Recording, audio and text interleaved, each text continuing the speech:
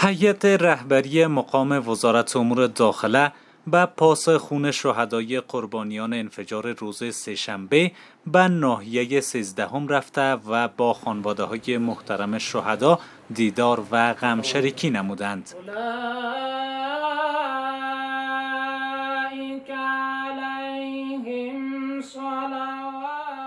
مولوی محمد محسن هاشمی، معین امور تامینات، عبدالرحیم ثاقب، نماینده خاص وزیر امور داخله حاجی حمزه، قماندان امنیه ولایت کابل، به احترام خون شهدای قربانیان انفجار روز سه‌شنبه که در مکتب لیسه عالی عبدالرحیم شهید واقع در ناحیه 13 شهر کابل به وقوع پیوسته بود، با خانواده شهدا دیدار نموده و تسلیت عرض نمودند.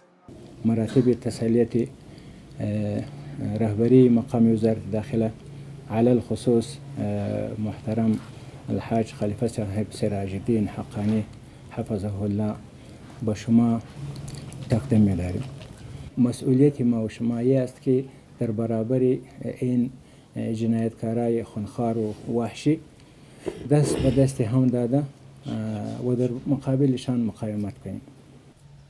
تسلیت عرض می‌دارم بر نخست برای امارت اسلامی افغانستان که بهترین فرزندان خود را، نسل آینده کشور را، شاگردان مکتب از مکاتب مربوط وزارت معارف را به امارت اسلامی افغانستان تسلیت میگم.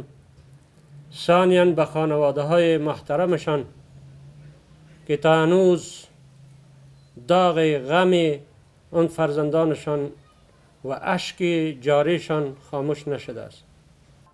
نظام اسلامی تأمین کننده و تضمین کننده امنیت سرتاسری افغانستان است.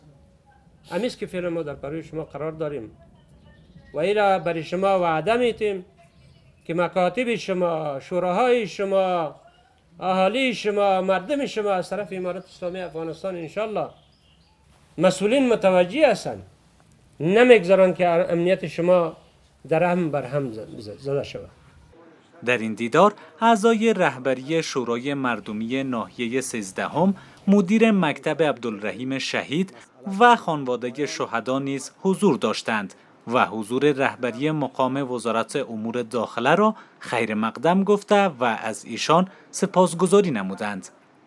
مولوی صاحبا و مسئولین دولتی امارت اسلامی افغانستان که اظهار غم شریکی نمودند و در محفل و مجلس اعضای ما شرکت کردند، به خاطر دلداری و تسلی از خانواده شهدا خیر مقدم عرض میکنیم و یک تشکری خاص داریم. تشکر از اینکه این خانواده شهدا را پاس داشتیم و به خاطر دلداری و تسلیت گفتن حضور به هم رساندین.